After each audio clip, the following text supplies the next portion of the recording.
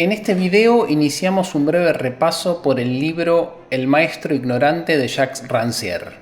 Podemos decir que hasta la publicación de esta obra, Joseph Jacotot fue un personaje histórico completamente desconocido. Jacotot participó de la Revolución Francesa y hacia finales del siglo XVIII fue funcionario de diversas instituciones de la Primera República. Sin embargo, a comienzos del siglo XIX, durante la restauración monárquica, Jacotot se vio forzado al exilio y se dedicó a dar clases de literatura francesa en la Universidad de Lovaina en los Países Bajos. Hasta ese momento él había sido un profesor como cualquiera que creía que su tarea era la de transmitir sus conocimientos a sus alumnos, tal como creemos muchos hoy en día. Veamos un fragmento del texto de Rancière. Hasta ese momento había creído lo que creían todos los profesores concienzudos, que la gran tarea del maestro es transmitir sus conocimientos a sus discípulos para elevarlos gradualmente hacia su propia ciencia. En definitiva, sabía que el acto esencial del maestro era explicar. Hay que prestarle mucha atención a la palabra explicar porque es muy importante en toda la obra. Esto lo vamos a analizar más en detalle, pero adelantemos que el concepto de explicación no es únicamente un procedimiento educativo, sino que es algo mucho más amplio y extendido por todas las prácticas y relaciones sociales. Acá cuando dice elevarlos gradualmente hacia su propia ciencia, Rancière juega con el vocablo francés élever, que significa a la vez elevar y educar. Educar, cultivar, nutrir o alimentar. Recordemos la etimología de la palabra alumno, que también está vinculada con la alimentación. Te dejo un video en el que tratamos este tema. Bien, entonces hasta acá tenemos a Jacotot como un profesor tradicional. Pero el azar de la guerra y del exilio lo enfrentó a un gran problema. Él no hablaba holandés y sus estudiantes no comprendían el francés. A pesar de esto, a través de una edición bilingüe del libro Telémaco de Fénelon, sus alumnos lograron un aprendizaje sorprendente. Rancière lo cuenta de este modo. Él no les había dado a sus alumnos ninguna explicación sobre los primeros elementos de la lengua. No les había explicado la ortografía ni las conjugaciones. Habían buscado por su cuenta las palabras francesas que correspondían a las palabras conocidas. Habían aprendido solos a combinarlas para luego construir oraciones francesas. Oraciones cuya ortografía y gramática se volvían cada vez más exactas a medida que avanzaban en el libro, pero sobre todo oraciones de escritores y en absoluto de escolares. Acá hay que aclarar un error frecuente.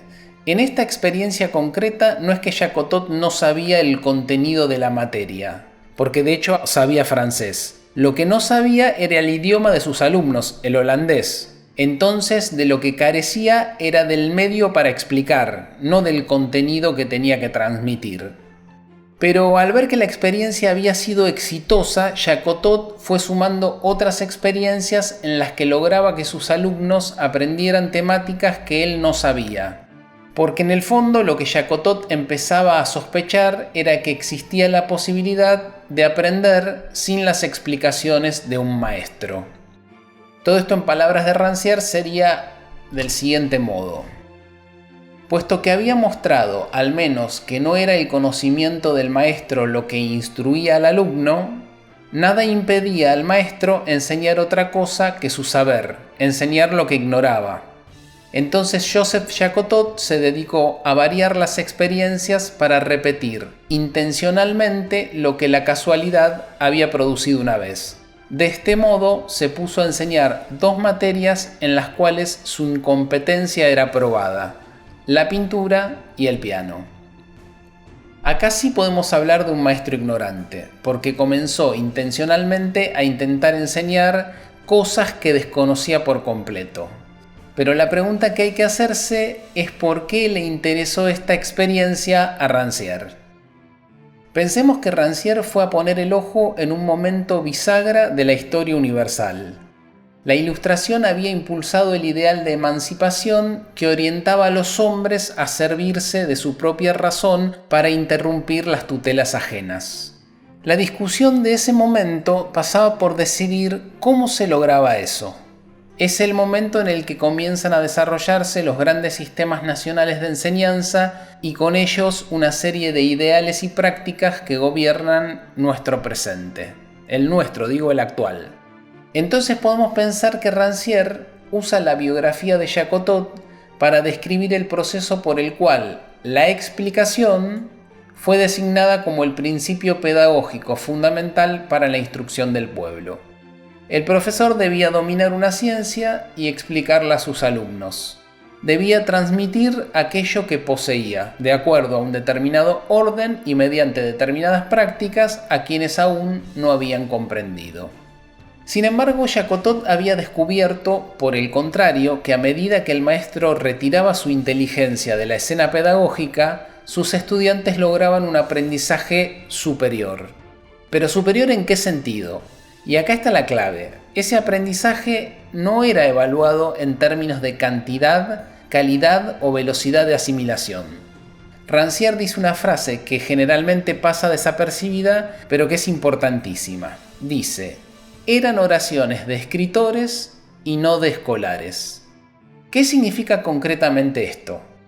Que luego de leer a Fenelón, o a Racine, o a quien fuera, la palabra del alumno era la de un escritor, la de un igual, la de un protagonista, no justamente por la técnica o la perfección de su prosa, sino porque habían sido interpelados como seres humanos, como seres pensantes, y no como estudiantes.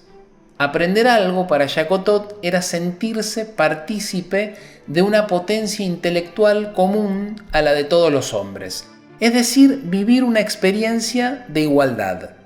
Esto significa que los efectos de uno u otro método educativo tenían consecuencias de orden político. Y esto es lo que le interesó a Rancière. No le interesó la anécdota pedagógica de Jacotot. Si no se comprende esto, difícilmente se comprende el libro entero. Hay un error muy frecuente cuando se lee este libro, especialmente los que solo leen el primero o el segundo capítulo, y consideran que se trata de un libro sobre educación. Y no es así. Leamos a Rancière. Más exactamente, su problema no era la instrucción del pueblo. Se instruye a los reclutas enrolados detrás de un estandarte, a los subalternos que deben poder comprender las órdenes, al pueblo que se pretende gobernar, de manera progresiva, se entiende, sin derecho divino y solo según jerarquía de las capacidades.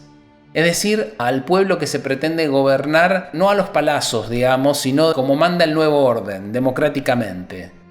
Decíamos entonces que su problema no era la instrucción del pueblo, su problema era la emancipación, que cada hombre del pueblo pudiera concebir su dignidad de hombre, medir su capacidad intelectual y decidir sobre su uso.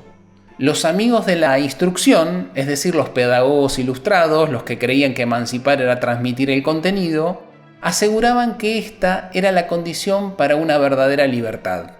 Jacotot no veía qué libertad podía resultar para el pueblo de los deberes que imponían sus instructores.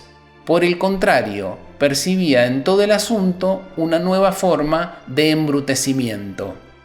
Quien enseña sin emancipar, embrutece.